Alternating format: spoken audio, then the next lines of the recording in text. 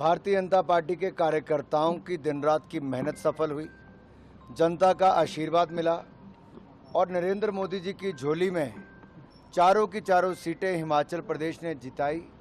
राष्ट्रीय अध्यक्ष जी का अपना गृह राज्य है और चारों की चारों सीटें जिताकर 100% रिजल्ट हिमाचल प्रदेश ने दिया है। दूसरी ओर फिर एक बार बड़े मंत्रालयों के साथ आदरणीय नड्डा जी को नई जिम्मेदारी मिली है।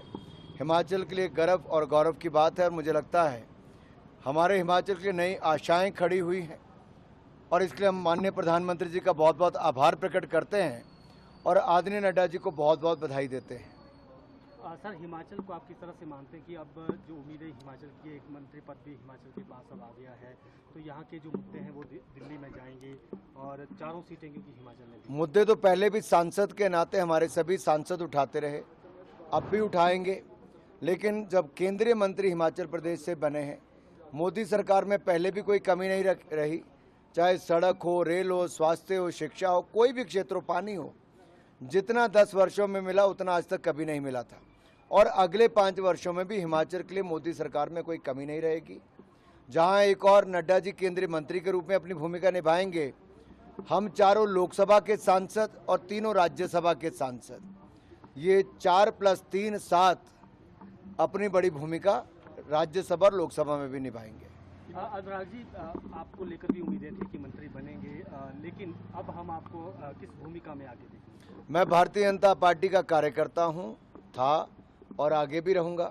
सांसद हमीरपुर की जनता ने लगातार 5 बार बनाया। मेरा सौभाग्य है कि पार्टी ने 5 बार मुझे टिकट दी और जनता ने मुझे चुना।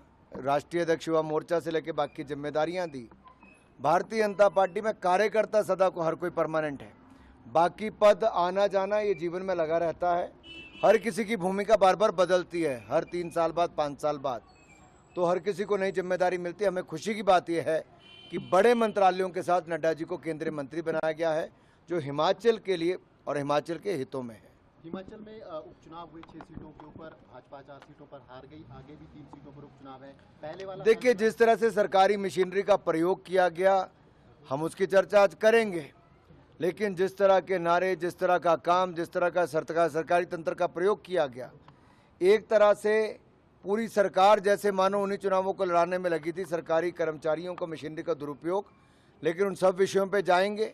अगले 3 के 3 विधानसभा उपचुनाव हम जीत कर दिखाएंगे। सर, विकसित भारत का सपना भी रखा गया है और उसको लेकर लगातार विकसित भारत केवल एक नारा नहीं, एक संकल्प है जिसको सिद्धि तक लेकर जाएंगे।